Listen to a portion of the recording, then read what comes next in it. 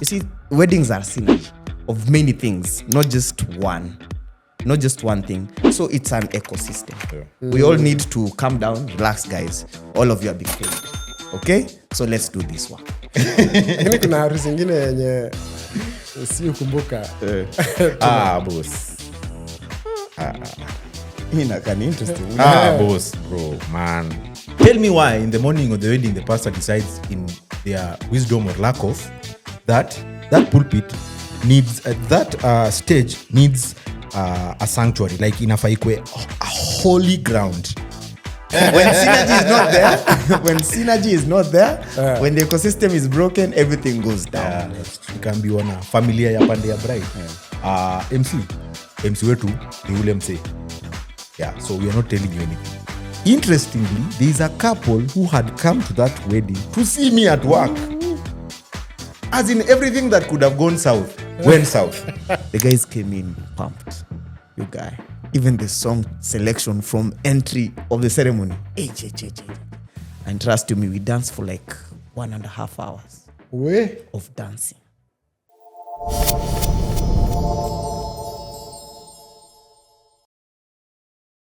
From Niyara Weddings and TEDMED Studios, welcome to Weddings Bila Filter, the conversations we're never allowed to have.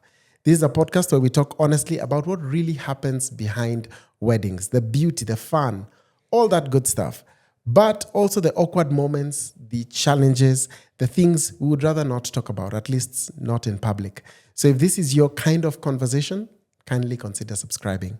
My name is Kimari Maina. I'm an event host and master of ceremonies for weddings and corporate events here in Kenya. And today I am joined by two amazing guests from the wedding industry. On my far right is Joe Maina, depending on how you know him, Joe Maina or MC Wakili. He's actually an advocate of the High Court, but he is also a wedding MC with over 13 years of experience now. And next to me is, depending on how you know him personally or on stage, Oliver Kilaha. Si watu wengi wanakujua na hiyo jina ya mwisho. M-Pesa. But fondly known as Deejay Double O. If you were a fan of Kubamba, you probably know that name very well. Now you know the face.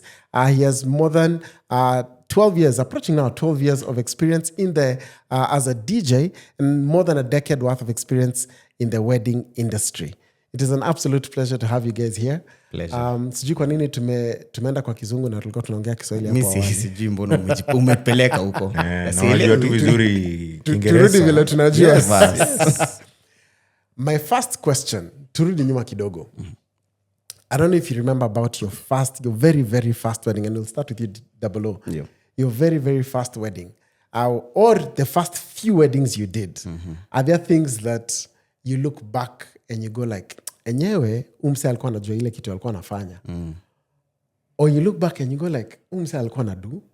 Are there things which you remember back in the day and you go like, yeah. Yeah, sure. Kwanza, there's this a vivid wedding. There's a venue inside the park. I've forgotten the name.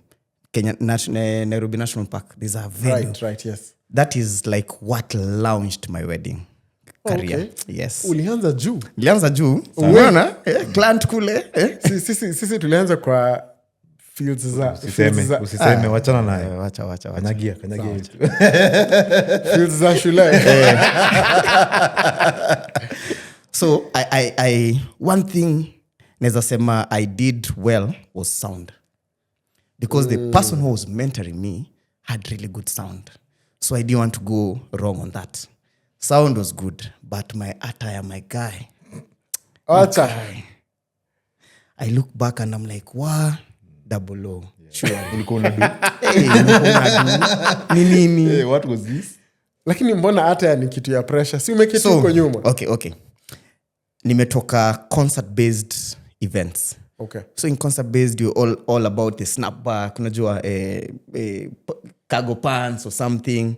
That day I went with sneakers, pants, jogging pants, snapback. So later on, ndo naangalia like snapback ni ile kofia. Hiyo na nimeka nyuma hivi. Nimeka nyuma, unaweza imagine. So nikaangalia. Nani wedding? Yeah. I was like, you aren't dressed the part. Honestly.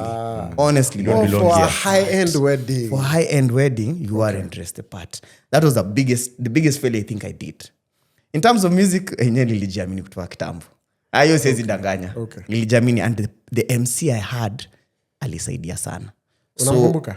Namkumbuka. Give him a shout out. Shout out to MC. Okay. Shout out to MC Kibunja. We worked with him for a long time. Right. Nice. We grew together in the wedding industry. So tulikuwa tunaaminiana. So it was quite easy in terms of how we're playing, what we were giving the audience. But what had won? Never again. Yeah. Never again. Yes. Hapo sawa. Joe, unakumbuka? Siezi sao. By the way, not all first experiences are nasty. Okay. And for me, it wasn't. It was a very good experience. I still remember them. Now they are pastors. They're called Mr. and Mrs. Lovi.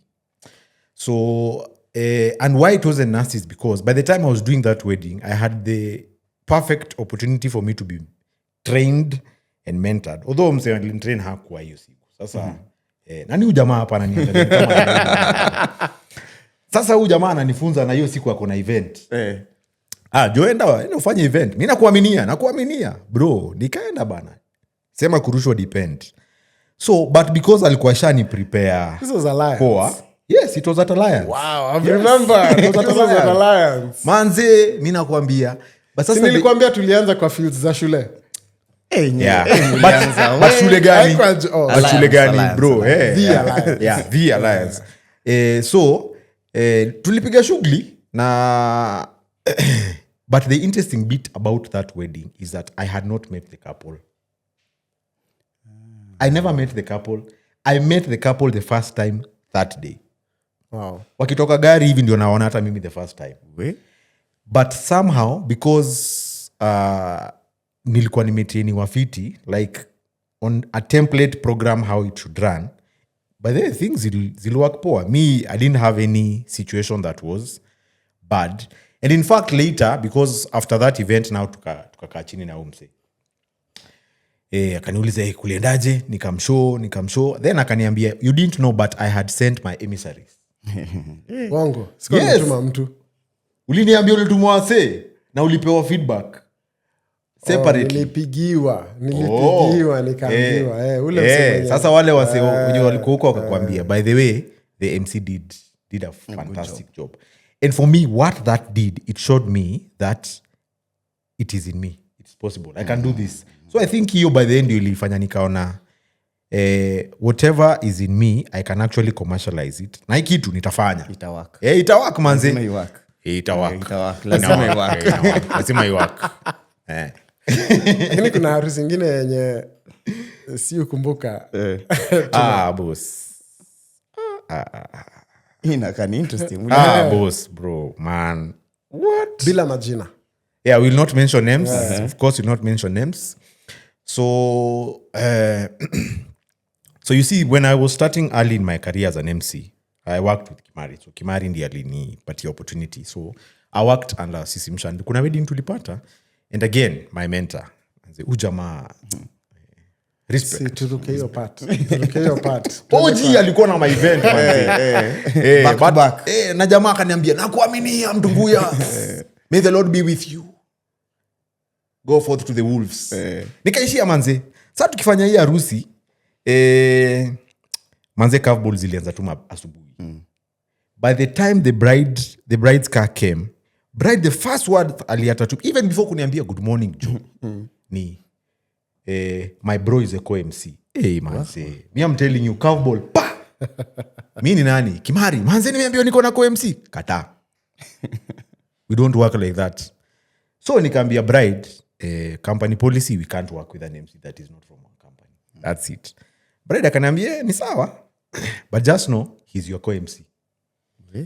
Mimi nikasema anyway, wacha tuendelee na shughuli, tukapiga service, tukamaliza, mimi ndio nikapiga announcements, tukaenda kwa reception.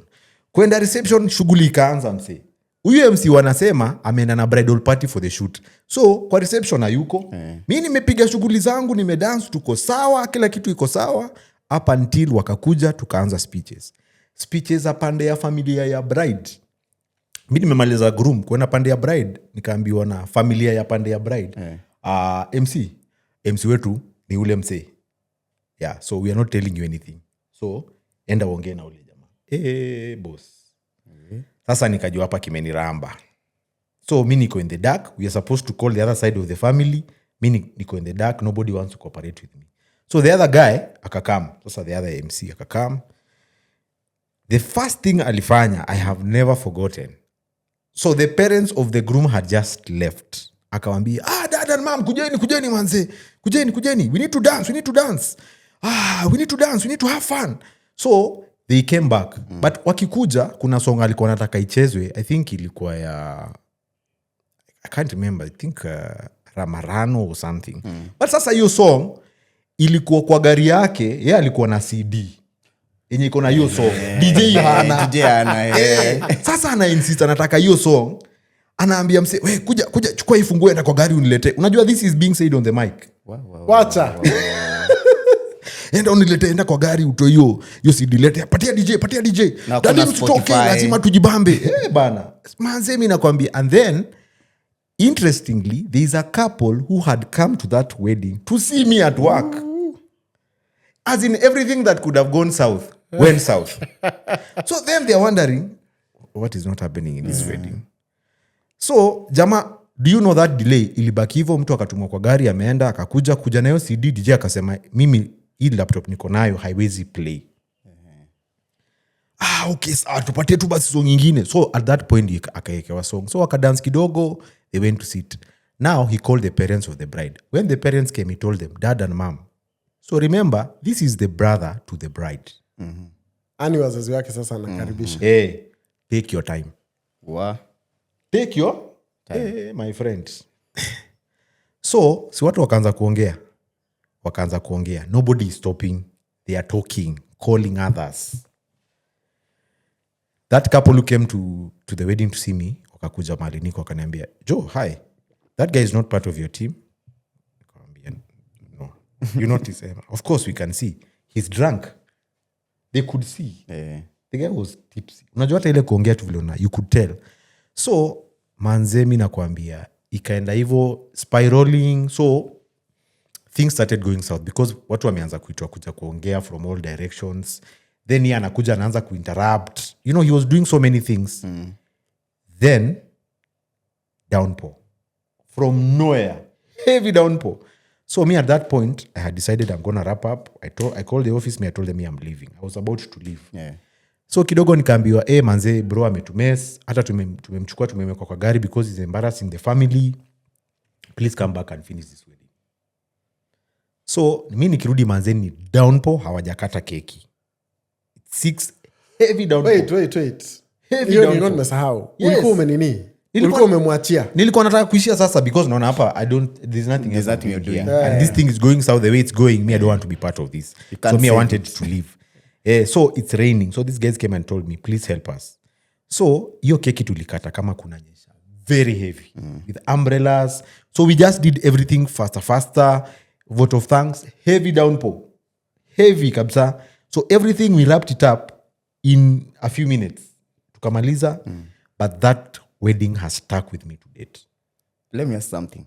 The clients who came to watch you, you get the job? Yeah, they gave me. Wacha.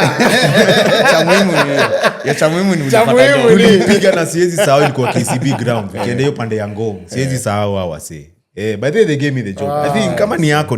God alimpatia hiyo favor. Manzi. So that one I have never forgotten. Nice one. Yes. Naika DJ, have you ever experienced a situation where guest wenye hako reasonable na wamekuja kwa space yako na wanajaribu kukushow vile unafaa kudu job yako? Mingi. Hey. Kwanza I'll even start na DJ wa family. Wanakuja wanasema, sasa tunakuanga na DJ wa family. So yeye ndo atacheza. Sikujua kuna kuanga na DJ wa family. Si labda kuanga na mtu mmoja tu unaona like venye mimi ni DJ. So mko na nini? Alafu parents wangu waende. Let's say my sister is marrying. I say, no. The brother is a DJ, he needs to play. Remember the client didn't engage the family DJ. Right. DJ ana mziki. So anakuja anaanza kuniambia ni aje na kucheza, hebu nionyeshe muziki zako. I have tons of music. Na parents hawataki kusikia kitu yote isipokuwa yeye akicheza. Another thing, wako huko wanasikia hebu ni kilimbo. No, maybe I'm a Kikuyu and the parent is a Kale. Yeah. He speaks in Kale. I can't understand. On the mic, we DJ ni mgani wewe? I'm like, whoa, okay. Wow. Okay, what am I supposed to do? But the good thing is, when a client akikuamini, that won't matter to them. Because at the end of the day, bado alikuwa sema, you did a good job. That's the most important thing. You did a good job from the client, not from the family. You did a good job from the client. Many times. That's very interesting. So then I wonder, as an MC and as a DJ, and I'll start with you, Joe. When you think about weddings, they often focus on the ceremony or the decor. Kuna vitu zenye ziupewa weight nyingi sana. Moja inakuanga decor. Wewe kama MC, wewe kama DJ, what do you think should be given just as much, if not more, attention when planning a wedding or when thinking through the wedding experience? Okay, wengine watasema ati nasema hii sababu mimi ni MC, but I honestly think the MC is a very pivotal role kwa wedding, because you can have the perfect photographer, you can have the perfect decor, you can have the perfect cake, you can have the perfect tailor for the gowns and all, the perfect planner, but if you have a bad and a disorganized, uncouth, unprofessional MC, hiyo siku yako ni mbaya. So for me, I think it's very important to get a professional and well-experienced MC that can organize that day to bring out the best out of every vendor. So if you pick the wrong MC, it doesn't matter what kind of event. Like the example I've given, it was glamorous. All the other things were okay, but just one piece of that puzzle probably messed up the whole event. So for me, I honestly think that an MC is very important. And of course, for MCs, the complementary service provider that comes with us is a DJ. I'll give you an example. Not that I'm saying I don't work with the DJs who are not under my brand, because I also have DJs under my brand. But there was a time I worked with a celebrity DJ. I will not mention names.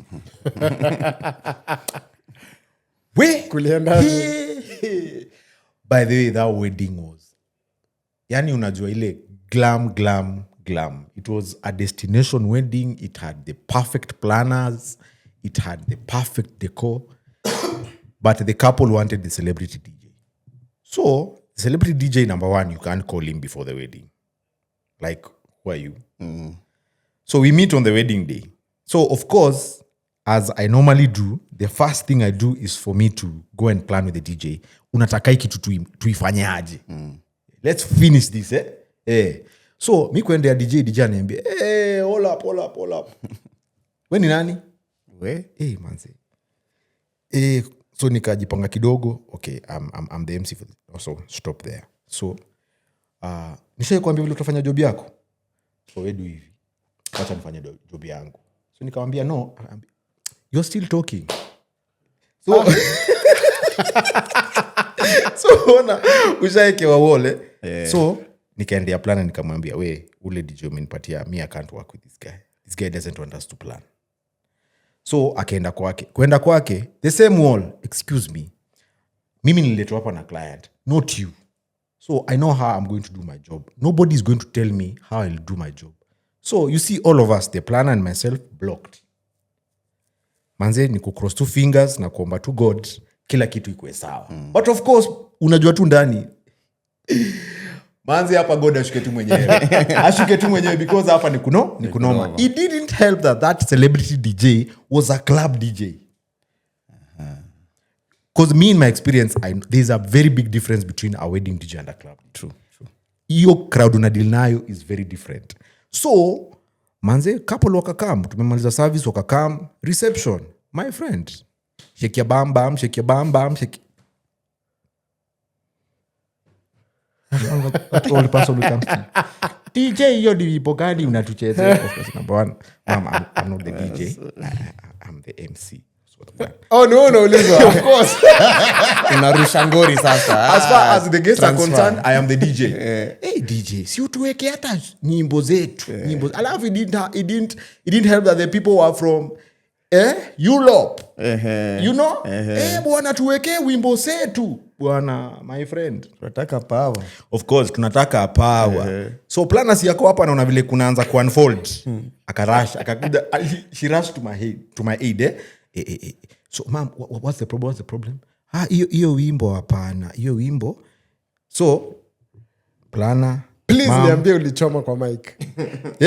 Please niambie ulichoma kwa mic. Now, sasa unajua 13 years later, there are very many things I would have done very different. Sasa ungechoma na uende. Na sisemi kwa ubaya. I'm just saying, kama msema amekataa kukusikiza, unaweza mwambia tu, "Hey DJ, wase wanasema hiyo song tusiweke. Hebu tunaweza weka hii song nyingine." Yes. Alafu tusikie sasa akikataa. Yes. Now that is experience. Mbona hapo experience talking right there. Yes. So, wakaenda na I think the planner went with the lady to the DJ. Same wall, tulipewa, the lady was given. That guy played that playlist the whole time. Oh no. Playlist yake ilikuwa ya club, by the way. So, what saved us, because me niliamua, you know what, me I'm a wedding DJ, I'm not a club DJ. So, I will force issues. So, what we did, after memaliza playlist yake, I tricked him into playing what I wanted. So, I just got all the men up. So, once they're there, nikawambia, let's take it back. You know, you're going to go back in time, you're going to do some twist. I don't care what, mi nilikuwa nimejua, mbaya, tuchomeane, wacha tuchome. Utafanya chenye nataka. Alitafuta hiyo twist na akaweka. Bila alimaliza, my friend, tumetoka Luo Nyanza, we just landed and we don't have any ohangala in the house, my friend. Hakuna. Weka ohangala, my friend, I fixed it. You could tell the guy is looking at me and like, but I don't care, my friend. Na ma feelings zako peleka huko. Wezi nichomea job.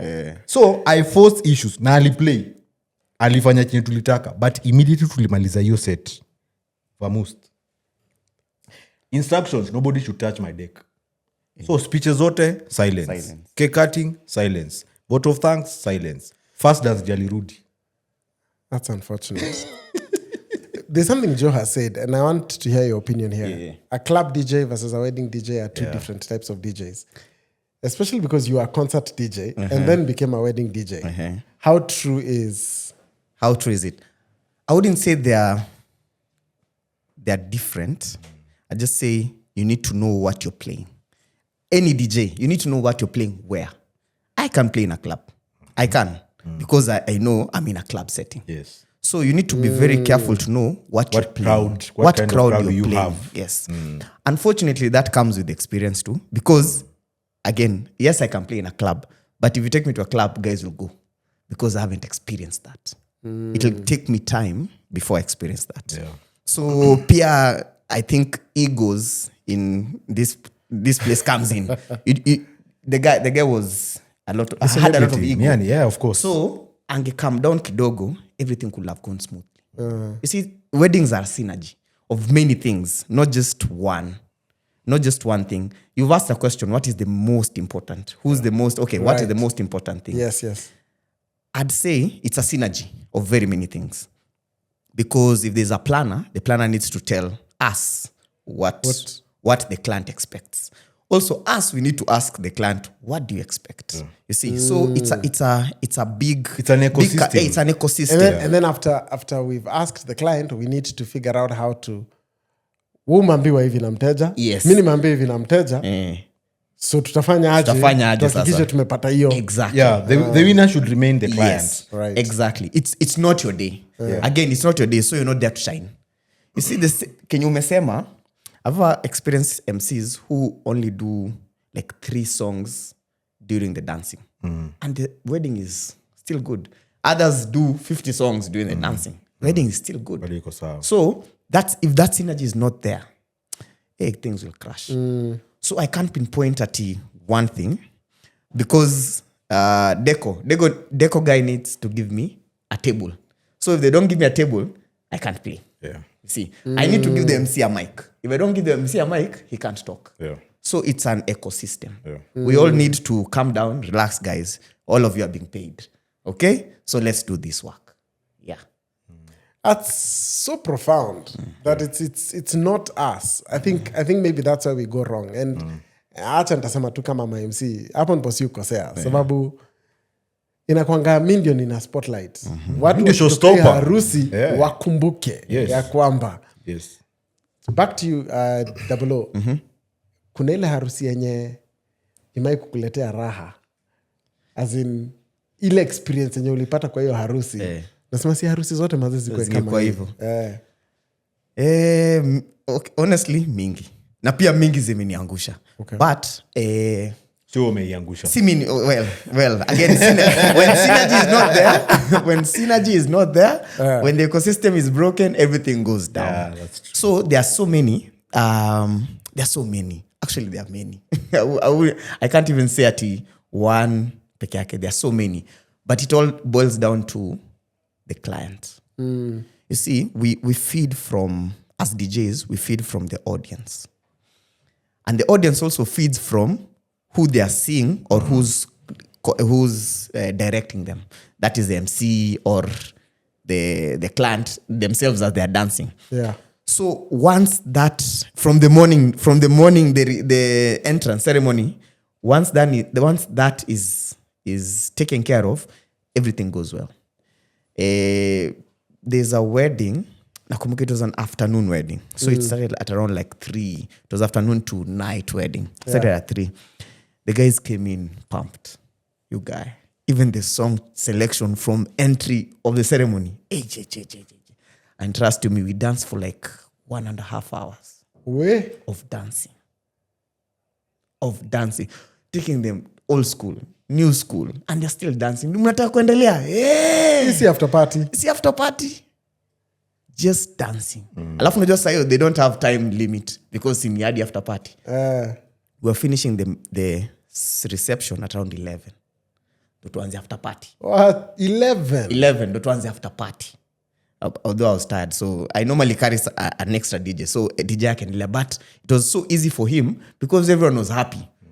Tayari mood ishafika. So from the word go, from the ceremony, when everything is perfect, when everything is when there's a happy mood, I tend to find all the weddings zinakuanga hivyo go well.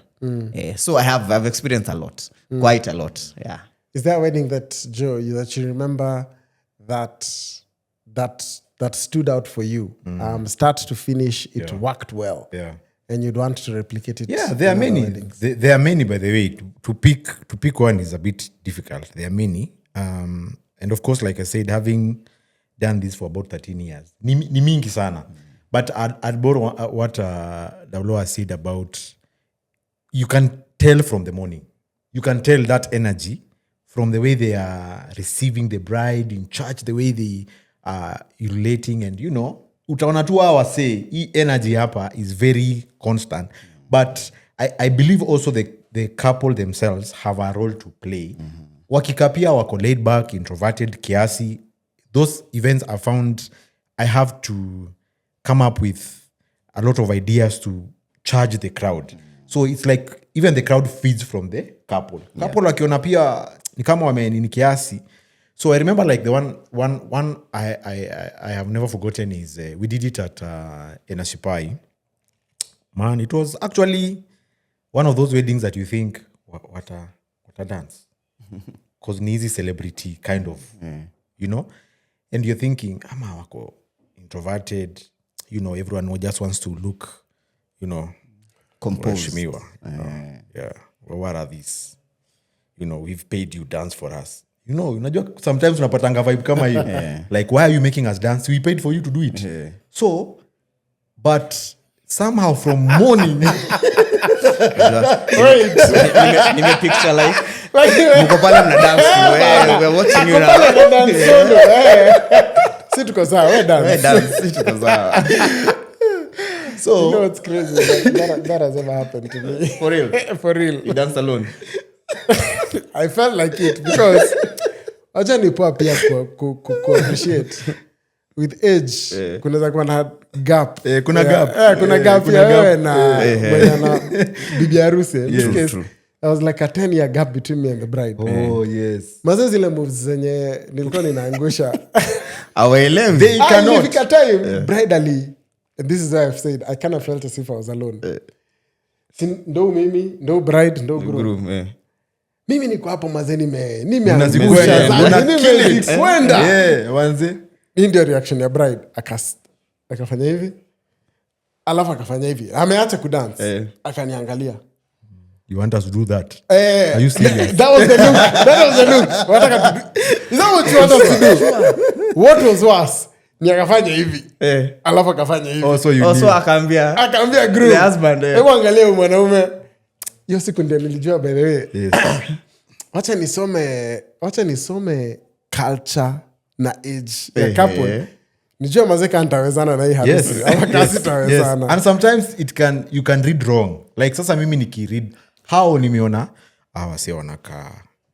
Well, let me tell you, my friend. And then the way you're just saying, these vendors must align. Like somehow it's not a one man show. Si ati sasa mtu wa deco ata still spotlight ama mtu wa photography. This whole team must come together and speak one language. So I think that's what I saw from the onset. The planner did a fantastic job in ensuring this. We started on time. Everything was going on well. The energy from the people, the couple, by the way, when they came in the bridal party, they changed everything. They atuna expect watoto wadogo ndo wakuja as the page boys and what. It was adults coming, throwing flowers with that kapak. It's cool. They are coming and manze it charge the crowd. Like the crowd were not expecting that. So ika change mood. Because na hasa wako na ufala. Na hii ni family yenye ni high end. You know these are guys like you're thinking, si wanakani kama. Wanafaa kuwa na decorum. Exactly, decorum. Like you're thinking, these guys are so just living their life. They were having fun. So just their sisters getting married. Manze, those boys, manze, wali. They brought the house down. Wakikuja sasa before their sister came. Wakifika mbele wakasema turudi kwa sis. Tuende. Tuende, manze. Kama harusi imeanza hivyo. Exactly. Imagine. So the bride analetwa unaexpect kuja hapo na song, you know, here comes the bride, you know those. My friend, those guys are coming doing funny things, you know. So I think wali set tone at the service. Ceremony. So tukienda ceremony, bro, hata before watu wakule, it was already charged tukiwa kwa reception. So huko same thing like you're saying. Yes. We didn't know the difference between the reception and the evening party because the wedding was starting evening kinda. It was around 2-3. So reception ikianza, it's about 6 ikielekea 7. Wakati tuliamka kudance, nobody wants to sit. Nobody. Na unajua ni ile yenye the men are on the dance floor, young people, ladies, nobody wants to dance. So unapata wants to sit down. Na unapata inatoka na energy from the people, the DJ playing the right song and reading the crowd. And also, on my end, being able to give them the moves, pulling people inside. Like, it was everyone just aligned. Even the planner forgot that they were supposed to plan. They joined us. Everyone was on the dance floor dancing. Everyone forgot. Even the celebrities and those Waishimiwas, they forgot who they were. And they let their, like, you know, that inner child who just wants to, let me enjoy. If you want to judge me, cool. Judge me. Let's have fun. So, those kind of weddings, you don't forget. True. But you feed from the people. Ikiwa hapo, my friend. Ama trick ni kwanza afternoon. So there's something that happens. What is it about wedding starting at 10 o'clock? You know, it's a Kenyan thing. Like, harusi zinaanzanga. Alafu unacheki bro, wameweka fairy. They're called fairy lights. Fairy lights, yeah. Do you see those lights at 6? They look good. Oh. And then by 6, you're done. I'm thinking, daytime. Umeziweka daytime. Alafu unaona 6 manzi unaona, this is what these lights were meant for. This should have been an evening thing. But you see, for most of us, I think we're thinking, oh, my guests are going far. You know, Mr. Kiniwaweke, kunaweza kuwa na fulani. Alafu unaweza pata the people who are going far are like maybe 5%. Yeah. Imagine. Yeah. Okay, so you guys have talked about the vision of the couple and the couple, you know, passing on that vision to the different vendors. Yeah. So maybe my question to you would be, what would you advise a couple to do? And not just with regards to passing the vision, but that would help the MC and the DJ, and I'll start with you, Double O, to pass, to make your job easier. And not just your job, but to make the wedding what it is that they desire? What is it that the couple should do from a DJ's perspective? One, they should trust not only the DJ, all the service providers they've chosen. We are professionals. We know Kimario, the one who always tells me, if I give you work, I shouldn't always be coming, so now you should need to do this. I gave you work because I trusted you. So I expect you to do your thing. One, they should trust the service providers, whichever, deco and all. Two, they should make a point of meeting them. Weddings are versatile. I might do an Indian wedding today. Maybe they don't want any boom to have music. So I need to sit down with them, or they need to have a meeting with me to tell me that. They shouldn't assume that, yes, you are professional, so you'll know. They shouldn't assume. They should take time and give their vision to the ones they selected to do the work. Yes, I think that's the most important thing they should do. Yes. And Joe? Okay, this is controversial, but I'll say it. Sema. Bila Filter. Bila Filter. Me, I think I have worked with weddings with planners. I've worked with weddings without planners. In weddings, I don't have planners. I become the planner. Oh, yeah. And in weddings that I have planners, especially experienced planners, they make my work almost 50% easier. I would advise clients, please get a planner. If you can't afford a planner, get a day coordinator. True. They will relieve you of a lot of stress and anxiety. Planners and coordinators also have a catalog of event planners that can help you kupata vendors when you want to align. You see what we're saying, this is an ecosystem. You need people who align mentally, they are professionals, and probably for a first-time client, they don't have the ability to go do cake testing, go to MC Wakili's event in Kajiado, then go to maybe Kimari's event in Narok. You see, hawana your time, but the planner will tell you, I have worked with these people for the past, say, 5, 10, 15 years. I know them. These are trusted people. These are their contracts. So dealing with professional gives you, it gives the clients an easy job. So professionalism from the onset, for me, is very important. So I'm tempted to say, just get a good, say, DJ or a good MC like myself. But if these other puzzles are not working, manze, me, I'll have a hectic day. So I think if you get an ecosystem that works, good. There is a wedding we did, and the way you assume too, clergy, there's reverence of God. They will, the universe all of a sudden will align because you can see this is a bishop. This is my friend, it's not guaranteed. True. Yeah, me, I've done weddings where I'm thinking, well, I might not be Christ, but me, I'm not seeing Christ in that guy. Because you see the pride from the onset, you see so unapata, even the way probably the church might run the program in as a disrupt, or the way people come and give speeches in as a disrupt. So this space for weddings is, pieces are moving every time. You need people who think on their feet. Okay, on a curveballs, they will handle it. And to be honest, the only way that you can be guaranteed to get that is experience. Get experienced people on the table. You too. That One thing. yes. Clans should, the bride and the groom should try as much as possible not to micromanage. Because it's their day. It's, how should I put it? We are serving you. Because once they start micromanaging, they don't enjoy. Yeah. If they don't enjoy, it trickles down to almost everyone. Somebody will say, hey, why is the bride not happy? Maybe she just saw a small leaf that has gone kando kidogo. You see, they should. Hata inafanya sisi vendors tuna our connections. Exactly. You don't Crazy bring your eggshells. your best self out. I think which goes back to what you had said before, which is trust the. Yes. Otherwise, usimu invite usimu invite basi, kama uwezi mtrust, The job. But then Kimari, wacha tu niseme nitoke. You know, this is unfiltered. me, I have a problem with clergy. Manze, me, clergy, what's wrong? Like, why do you guys feel entitled? You know, I've done events where you find tumekaa tukadiscuss.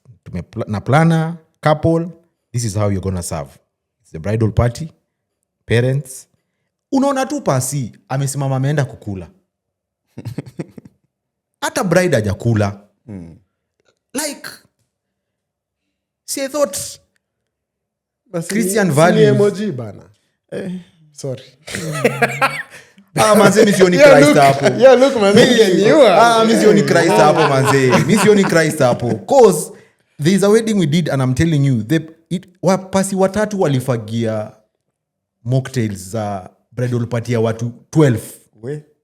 Unaona ile kamid party ile unasema shoot in between couple waende wapige photo. Sasa walisetiwa place ya kukula snacks, kuna majuo, kuna masamosa, you know, snacks, kuna chicken wings. Mapasi watatu wakaingia kwa wakafagia kila kitu msee. Like manze kwani za bridal room. Yes, ya bridal party. Sasa unajua imesetiwa huko. By the time the planner is arriving there with the bridal party, manze wanatuma empty tumblers hapo nini manze. Kwani kuliendaje? Wanapata tu gani? Watapata double blessing. Yeah. Watapata double blessing. Mapasi bana. Kutoka hapo wakirudi reception, couple wakiingia wakienda kuserve. The first people to serve was the couple. The next people who are following them behind kama mtu ni mapasi wale watatu. Wale. Like also wametoka first wakakuja kufungulia kwa hii wedding ama. Cause kuna vile vitu hapa iendani. You know, and then where is the servanthood in that? Christ only fast for 40 days. I was say you can't just tarry 2 meals in a day. Like man, what is? And then si umesema hii ni unfiltered. So unapata maybe couple wamekuja wameamua sisi tunafanya garden wedding. This is our setup. Where we are right now, this will be the church. The guests will be seated on the other side. Hii conversation is not this whatever is happening here. Si ati ni kitu imefanyika tu pa. It's a journey. They have worked with the pastor and everything. Tell me why in the morning of the wedding the pastor decides in their wisdom or lack of that pulpit needs that stage needs a sanctuary, like inafaa ikwe a holy ground, madhabahu. Mimi nakwambia nimefanyishwa kazi za PE huko. Kimbia utafuta msalaba, weka msalaba hapa mbele. Sijui tafuta viti, plana, leta viti hapa weka. We need a meza, sijui leta candles. You know, this is kwani this has just happened. You didn't know this is supposed to happen. You see, so I feel like there's a part that I don't know whether it's the client who assume or the clergy assume we know. Maybe kuna breakdown of information. No. So I think there's a big part that the church is supposed to play in the lives of couples. Waambie mapema. Na hiyo deko wenyu mjue mimi nitakuja kudisrupt at some point. So make these things available at some point. Unapata? So clergy nimesave. Vile tu mimi nasema tu ile kitu yenye hao wanataka kusema si clergy wote. Si wote. By the way, ni very few manze. They really give us a hard time. And so but we love you and Christ loves you and yes. Napenda sana. There's a segment that we've introduced to the show. We call it the cringe and the beautiful. So I'll read for you a beautiful story, and then we react to that, and I'll read for you a cringe story, and we react to that. So, and by the way, these are all true stories that guys have shared with me for this show. So I was a guest at a wedding. So this is the beautiful story. I was a guest at a wedding. Speeches were done at the ceremony, cake cutting at the cocktail, and at the reception after Mogithi, it became something close to a blankets and wine concert. We ate together with the couple after Mogithi. Yeah. We ate together with the couple. The band played in the background. The couple came around and said hi to everyone. This was a 200 pax wedding. When the band dropped a jam that we loved, we stood up and danced, then went back to our seats. I kind of felt as if I was in a concert, which is now which is what she's saying, a blankets and wine concert. And I remember even playing Animal Kingdom at the reception. Wow. Mimi na watu wangu. That's nice. I'm imagining jile game ya Animal Kingdom. We played Animal Kingdom at the reception. Have you witnessed moments like this at weddings? Yeah, a couple of weddings. Actually, while you're saying that, I was like, that's a really good ad. If I will do it, I'll do it that way. If I do it again, I'll do it that way. But people who go out of the norm, the weddings tend to be very beautiful and easy. You see, that's really nice. Speeches at the ceremony. Yeah. It cuts off a lot of things in the reception. So reception is a happy time. Yes. I like that. I like that. Yeah, I like it too. Actually, it's out of the box. Yes. So it's not... Now, by the way, I mean, couples, by the way, it's your cake, eat it. History ya kuambiwa hapa, you can't have your cake and eat it, it's yours, eat it. Pangeni vile mnataka. Ni vile tu respect the elders, give respect to whom it's due, your parents, respect them, hear what they are saying. Listen, But si lazima mwanze 10. Si lazima sijui ati speeches ifanywe kwa reception. Ambia watu waende kwa kamera, weka booth, record the messages, si tunataka kujibamba kwa reception. You know, like think out of the box. You know, cut the cake at the cocktail. Kwani ni dhambi? Hamtaingia heaven because of it. Hakuna. So think out of the box. Have fun. It's your cake. Eat it with a large spoon. Niko umepeana business idea. By the Yo way. ya kabuth. Kujeni nionyeshe. Umepeana business idea. That's a nice business idea. Cringe moment. I was the photographer at a wedding. I saw the MC walking with the bride towards the MC's van. The wedding reception was over. Kidogo, bride akaingizwa kwa van. It didn't seem friendly. I later came to find out that the MC was demanding for his final dues and was not going to let the bride leave the venue without settling. What's crazy is that when this photographer shared this story with me, I actually know the MC who did this. Like, what's worse is that huyu MC ni kitu anasemanga na pride. Haoni nikaa ni kitu kibaya. Your take. Brad alireleasiwa after kulipa dues. So wait, Brad was taken hostage. Bro. Yeah, Brad was taken hostage. Bibia So wenyewe. if you were the photographer, what would you have done? Huyo ni bibia wenyewe mse. Hiyo ni police station bana. Wezi rusha mawe huko boss. So there are many ways. Me have been to a wedding where watu walikuwa na balance.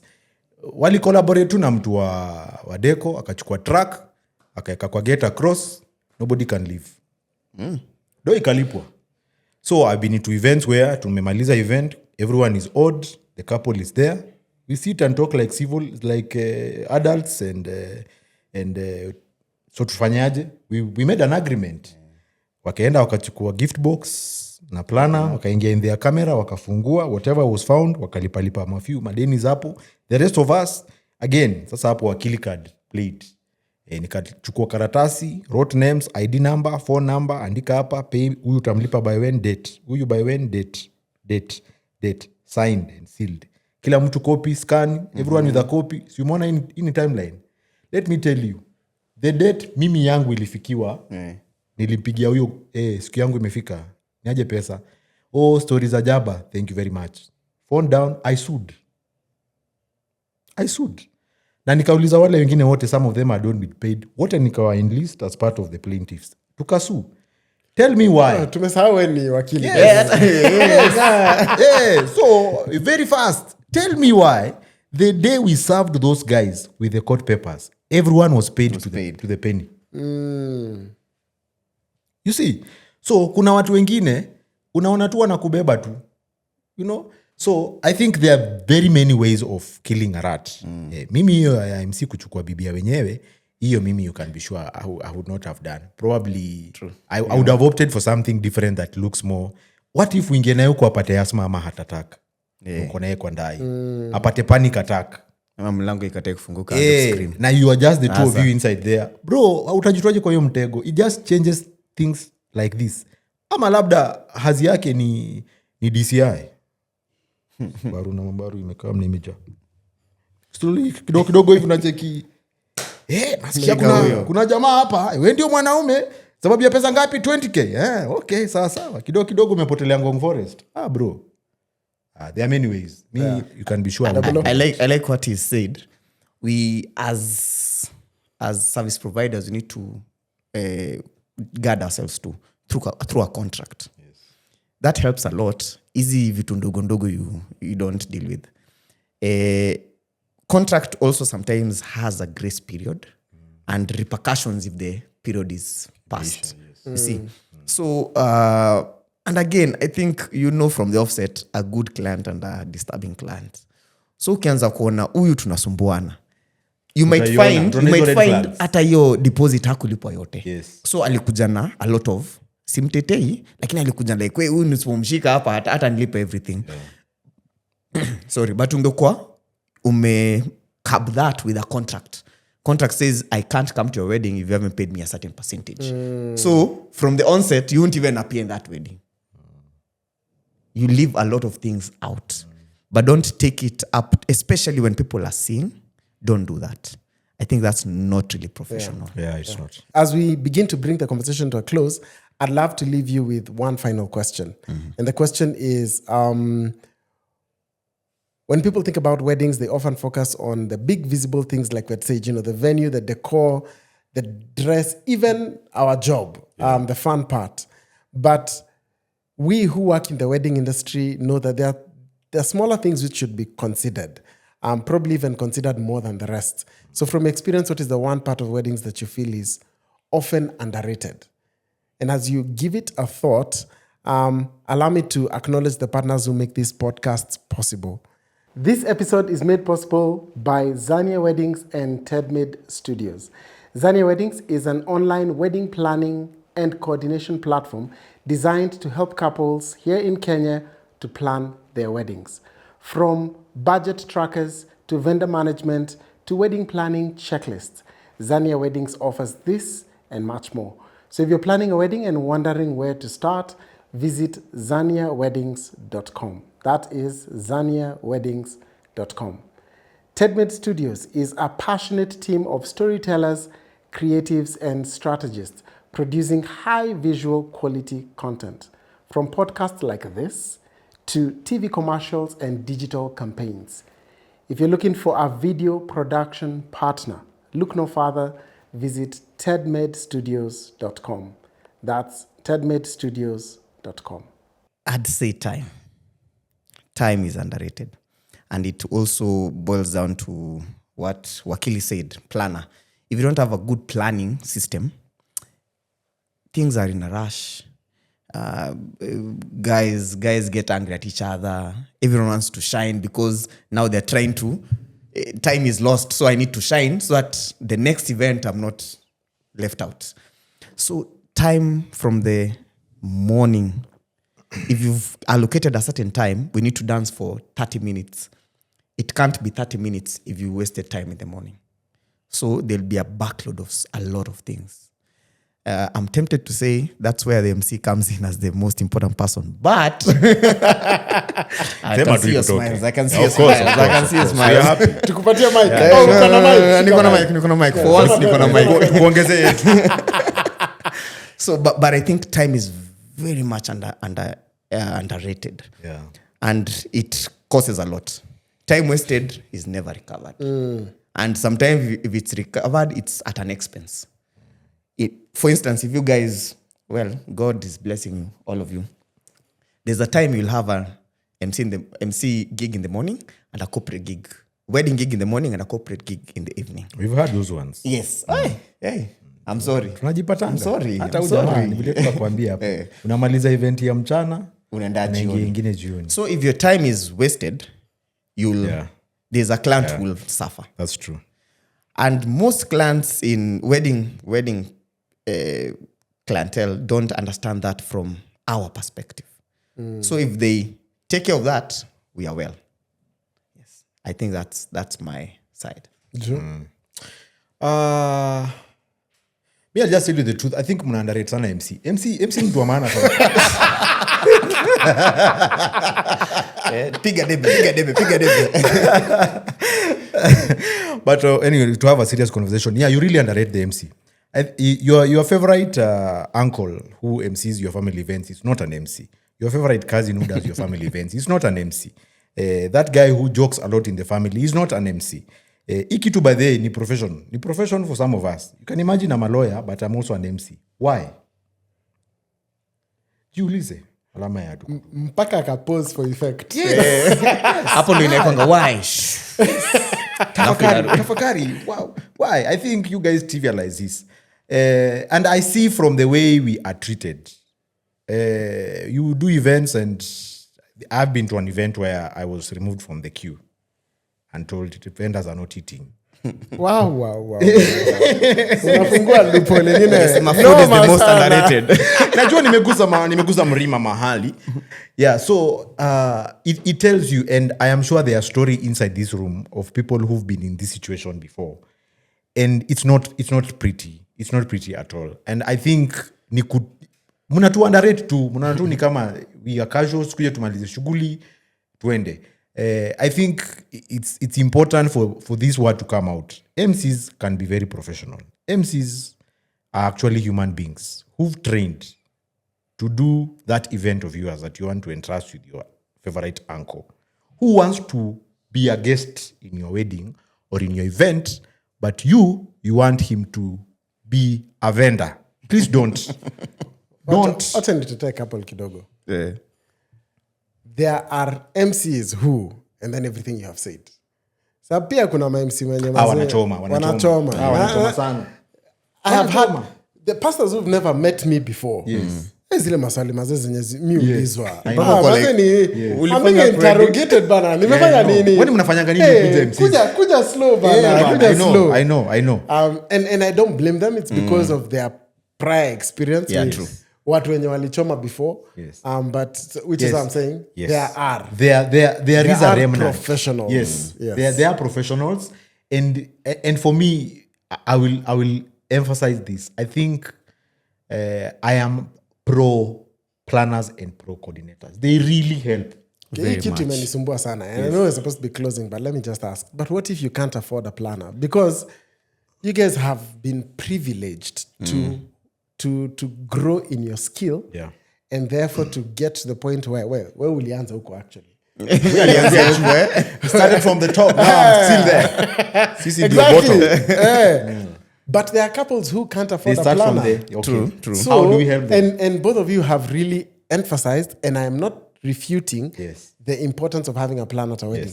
Lakini maze kama huwezi afford. Yes. What if the only thing you can afford is a committee? Okay. Then what? Like, so what should such a couple said do? Coordinator doesn't there's a committee. I'm sure in between hapo there's somebody who can help coordinate things. Kimari, by the way, this money conversation is a tricky one, and I know for some people maybe they might not have the pockets to hire that very qualified professional to do the planning for them or a coordinator. But within your sphere, there are people who you can tell are gifted in coordinating or in. Please delegate. Yes. Everyone here is rooting for you. And then, of course, me, I'm a believer. Please pray about this. These are not, most people are obsessed about, and probably that's what I can add as my parting shot. Believer, sababu unajua uligonga mapastors hapo. I know. By the way. I know police are. Yeah, so you know. Yes. So, yes, ni muhimu tunafocusana na hii wedding, but there's a marriage after. And it's important that pia hiyo marriage you commit it to God. As you start that journey, manze omba God akupatie the right people, let him bring the right networks to you so that you can get the perfect coordinator that you can give. There are weddings we've done where a planner has attended as a guest and they see balls being dropped left, right, and center.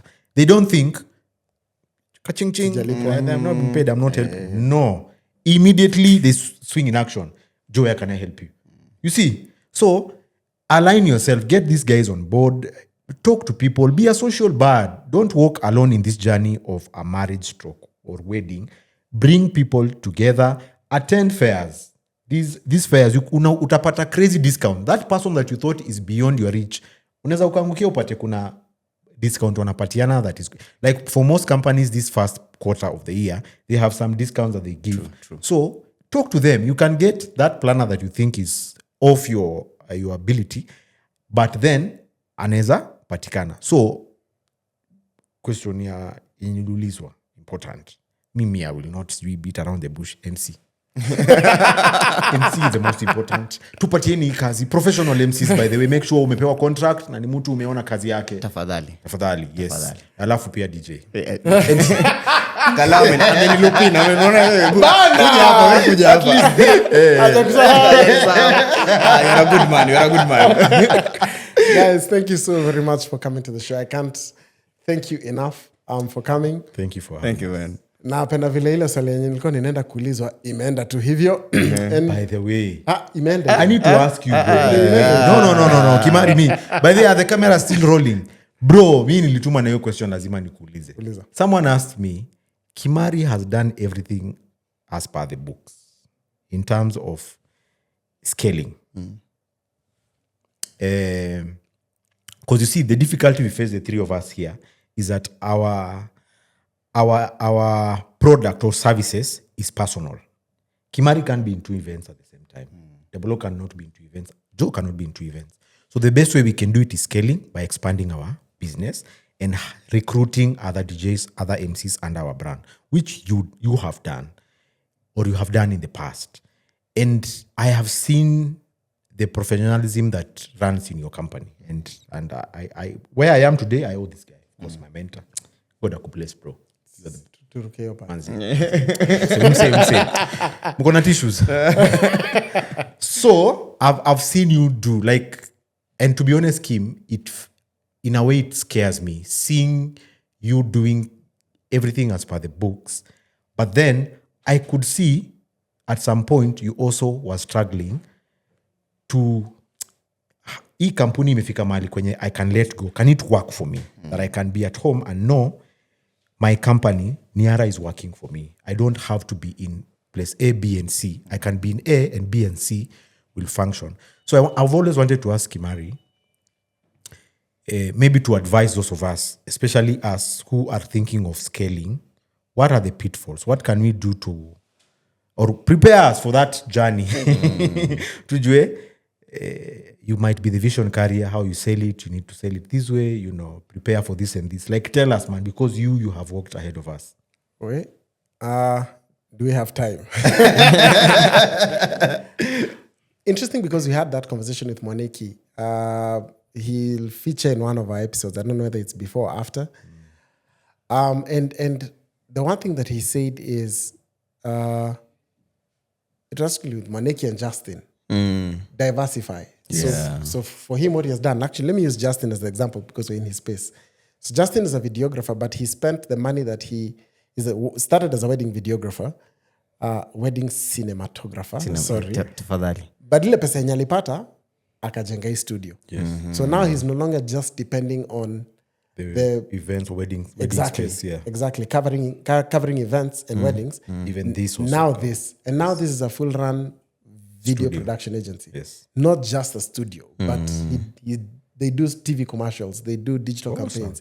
Like, there's a lot that they do. So diversifying. If I look at Mwaniki also has a place in Naivasha Gilgil, that area, that it's slowly becoming a hotel. Exactly. So amechukua hii pesa akaiweka hapa. Mwaniki started a donut company at some point.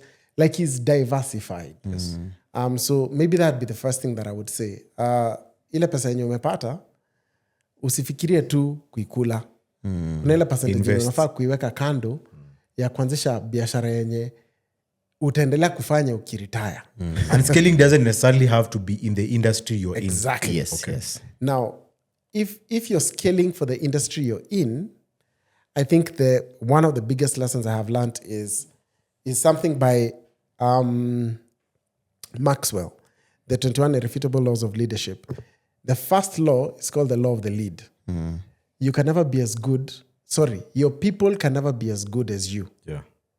You are the lead, like LID, law of the lead. Wewe ndio kifuniko. And so my expectation has always been that everybody they become the bottle top. They become me. They can't. They can't. Yeah. The only way, let's assume, for example, I am a 6. Yeah. My people will always be a 4. Yeah. Because that's the law of the lead. Yes. Because when you're kifuniko, the only way for your people to become a 6 is for you to become an 8. Then your people can become a 6. If you want them to become an 8, you have to become a 10. So it's very rare. Okay. And I'll give a proper shout out here to you. For example, we started together. But in all honesty, I can say we've become equals. And this is a very rare situation where someone you have trained becomes your equal or becomes better. Most people will always reach penye wewe umefika na hawataweza kupita unless wewe upande. So to understand that means you need to always grow as a person. So the people below you grow. And you also need to manage your expectations. Yeah. Watu wako hawata deliver vile wewe deliver. Okay. That's very good. Hawatawai. Only you can deliver at your level. And the only way for them to deliver at your level is for you to become a better person. So work on becoming a better person and they will. This is a very large topic.